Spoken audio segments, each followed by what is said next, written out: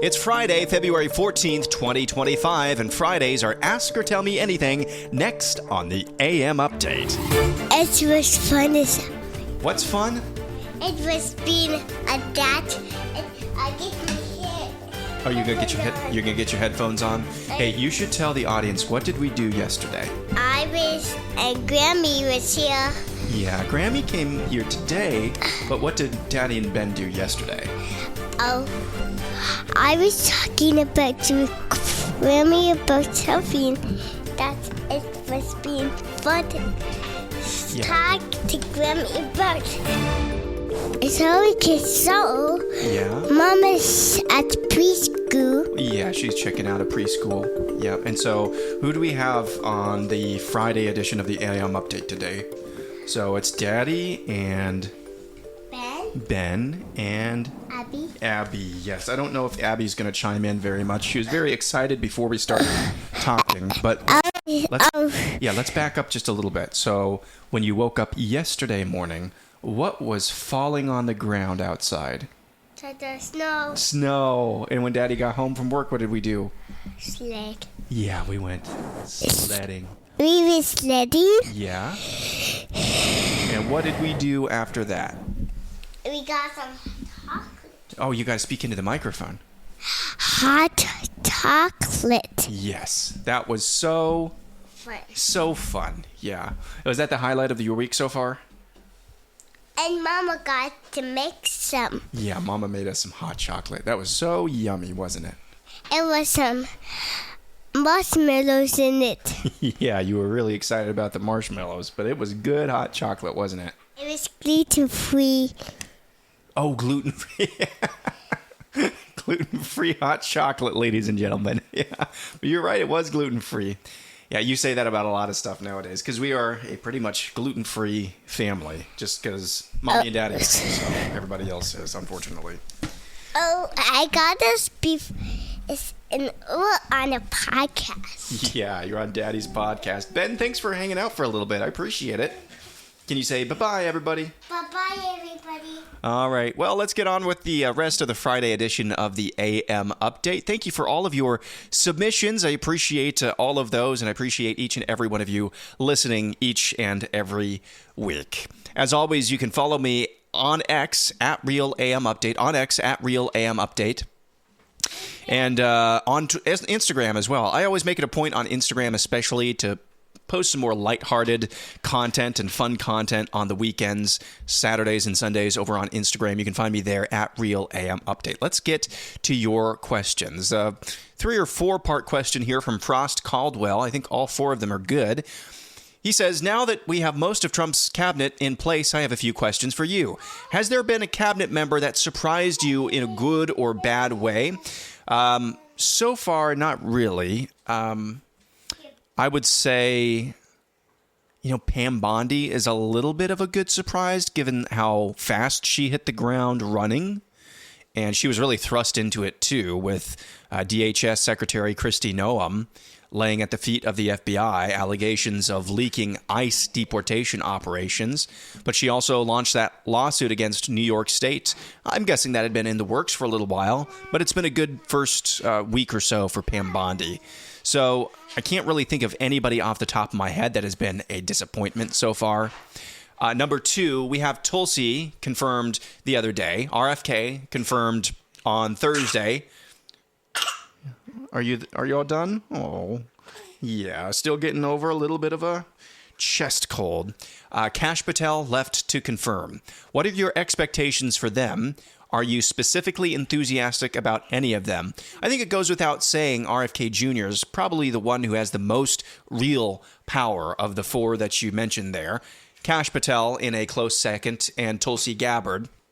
I love the appointment just because it's basically a middle finger, given that she was put on the, it wasn't the do not fly list, but it was some sort of terror watch list. And that had to do with Biden's DNI, and now Tulsi is Director of National Intelligence.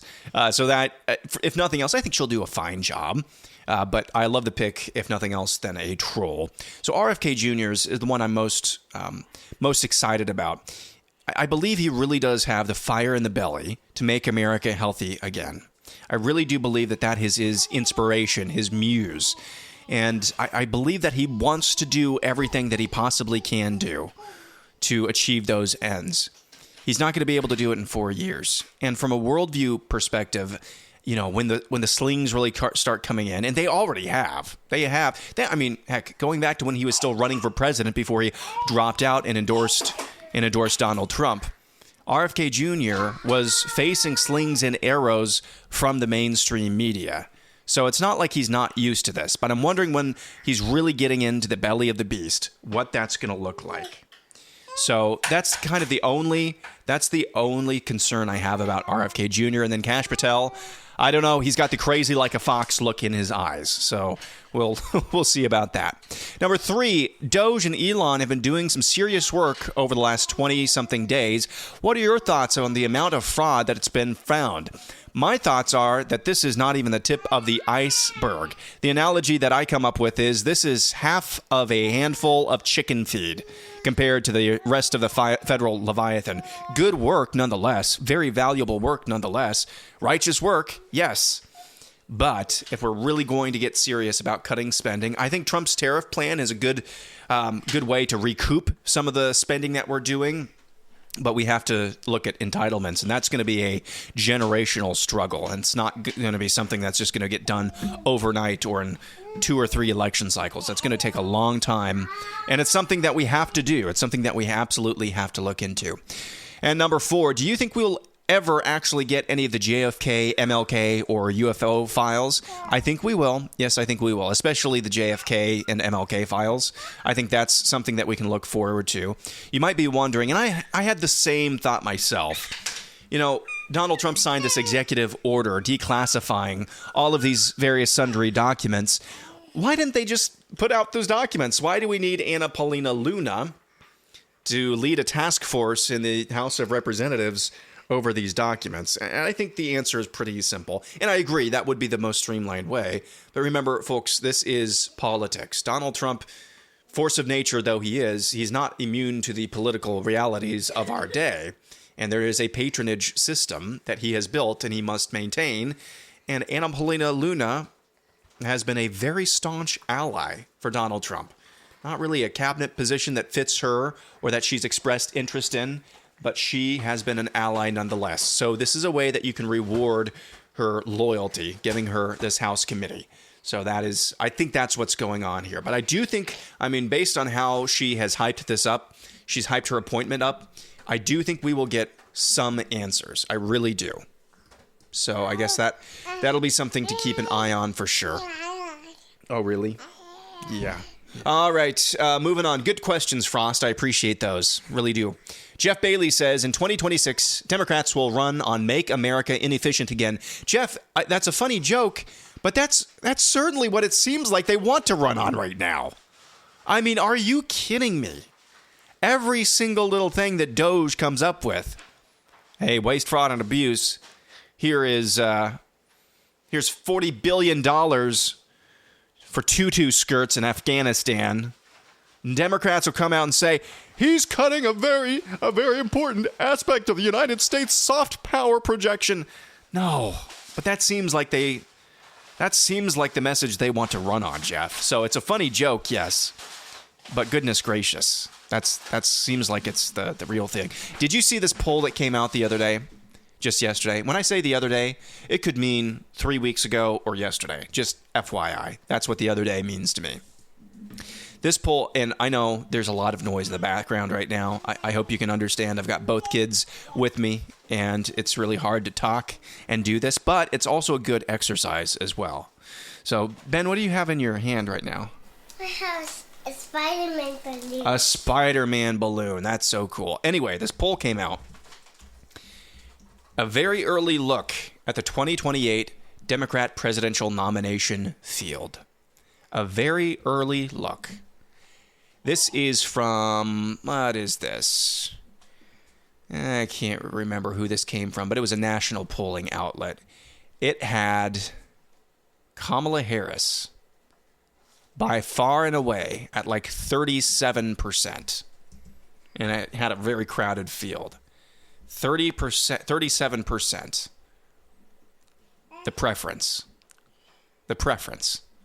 for the 2028 Democrat presidential nominee. It's incredible. Maybe it was 38%, but it was in the upper 30s. She was by far and away the number one preference of the Democrat Party for their 2028 nominee. So it seems like they are bound and determined to run it back in 2028.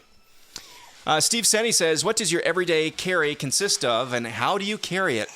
If I remember correctly, Steve says in a recent post, you mentioned you had an M&P Shield at some point. Yeah, so I have the Smith & Wesson M&P Shield Plus. In the post, I misstated. I had apparently the stock market on my mind. I said it was an S&P Shield Plus. No, it's an M&P Shield Plus. And I believe the plus designation is that it's optics ready. So I put it's pretty inexpensive Crimson Trace optic on it. But I like it. So it's not a micro compact. It's not the smallest. It's not the smallest handgun or everyday carry that you can get. I did have one of those, super compact or micro compact, whatever they call them now, whatever the designation is. I had one of those. It was kind of a bespoke arms manufacturer. I think it was called Masterpiece Firearms. But it was a little bit too small. I have a Ruger P95, way too big, also a 9mm. So I wanted something that was kind of right in between, and this is that. So when you hold it in your hand, if you're used to one of those micro EDCs, it's going to feel like this is way too big. This is too close to a full size to actually carry around every single day. But it's really not. Especially if you can take a few pounds off of your waistline, like I was able to do early last year, and now I'm endeavoring to do again. It really doesn't feel too bad. Obviously, easier to conceal during the winter than it is during the summer, but it's not too big of a job to conceal that during the summer. And I can't even remember the name of the company that makes the holster that I have, but it's a click-in holster specific for the M&P Shield Plus. And so that works really well. I did have to cut out. You have really found your voice, haven't you? You have really found your voice. Is there something you want to tell the good people? Oh, hi. Hi. You have to cut out a notch a little bit if you have an optic on there, but I really, really like it. I've shot it several times, and it's very, very nice. If it handles like a full size. Your hands don't really hurt like you would if you were shooting a compact or a micro pistol. But I really like it a lot. And so I just carry it in my waistband, everywhere I go. And it's worked out nice so far for me. When we come back, I'm going to take a few more questions, including why is the Christian church so bad about speaking out on women's sin? More in a moment.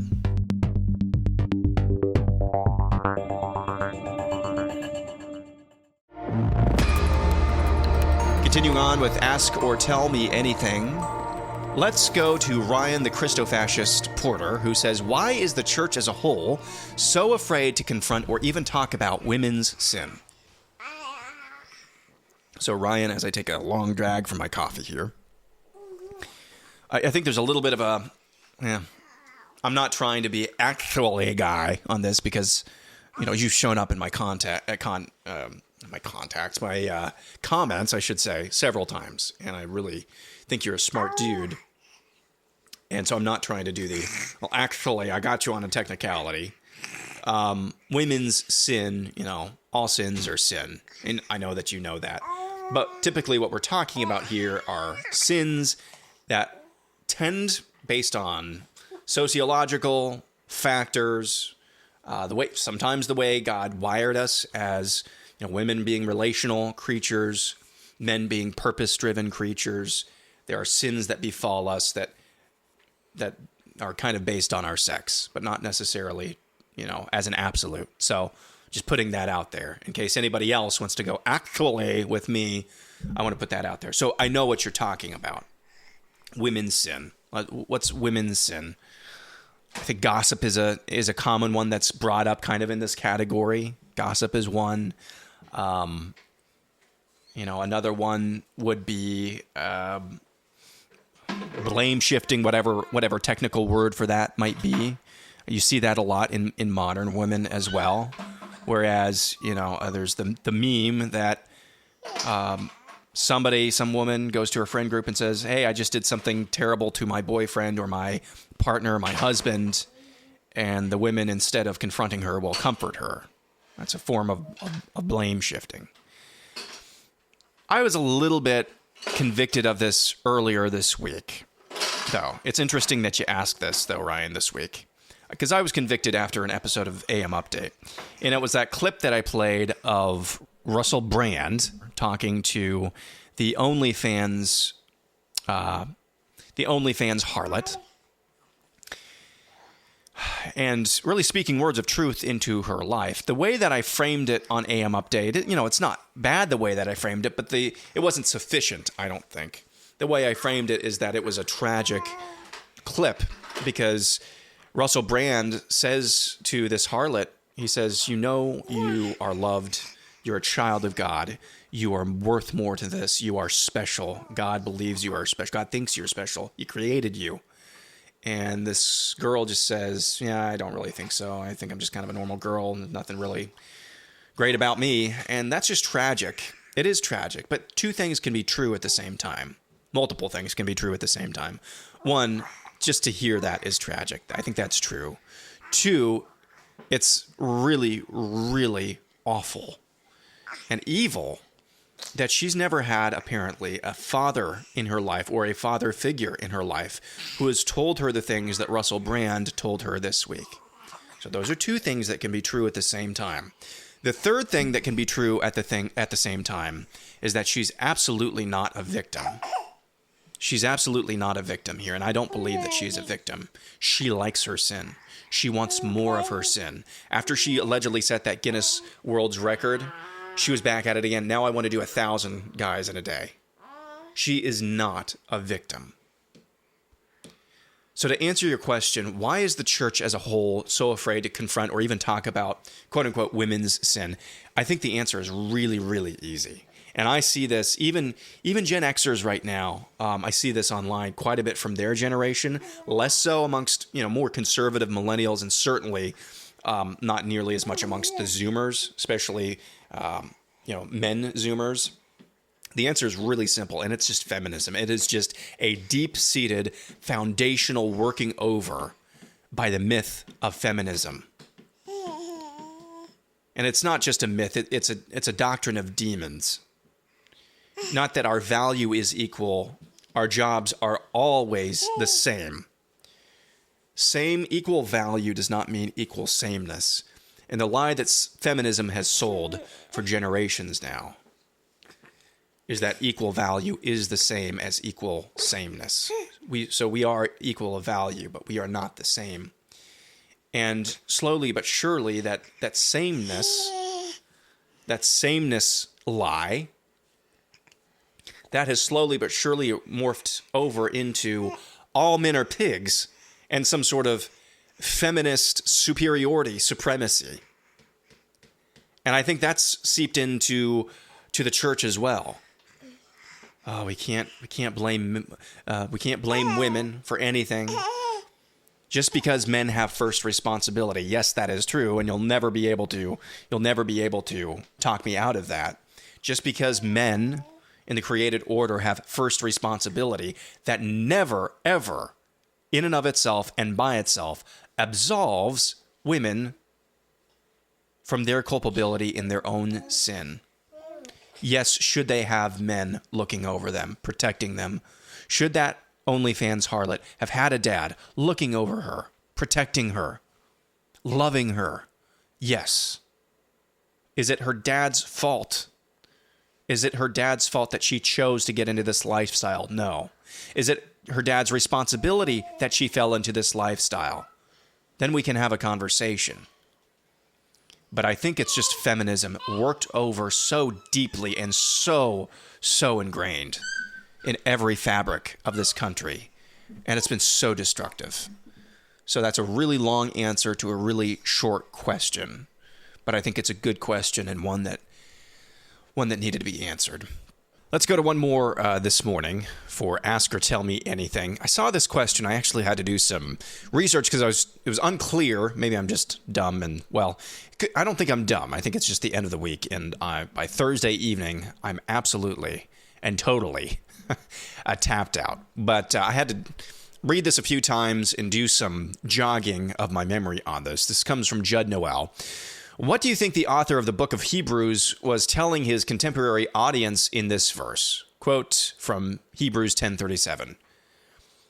For yet a very little while, or for yet a very, very little, he who is coming will come and will not tarry. End quote. Many pastors say this phrase, if the Lord tarries, ... Are these pastors contradicting the Bible? Well, it always depends on the context, but I've always heard that phrase used by pastors in kind of a tongue-in-cheek way. So I can't speak to the motivation for every pastor using that book, but it is clear across basically every translation that the Lord will not tarry. And the author of Hebrews is, if I remember correctly, he's kind of melding a couple of different, in that verse, a couple of different Old Testament passages together. But I've always heard pastors use, well, if the Lord tarries, if the Lord waits around for a little bit, I've always heard that used in kind of a tongue-in-cheek way. If you think that is, contradicting the Bible and probably shouldn't be used or isn't in good form, I don't have a problem with that take necessarily. If you're really serious about making sure that we're not using or misusing or abusing that particular passage, but I've always thought that it was kind of a tongue-in-cheek throwaway line. So that's my take on that. And that's my take on things this week. Thank you for listening again to another week on the AM Update. Remember to like this podcast, give it a 5-star review on your podcast of choice. Follow me on Instagram and X at Real AM Update on both platforms. Tell your friends, if you like this podcast, tell your friends about it. If they're in the market for a right of center, a conservative morning news update that does not try to sound like the gays at NPR. Tell them about AM Update. You know you want to. Trying to grow this as much as I possibly can this year. And love each and every one of you. Wow. It is Valentine's Day, so I can say that, right? I need to just stop talking now. Have a great weekend. Back at it again on Monday.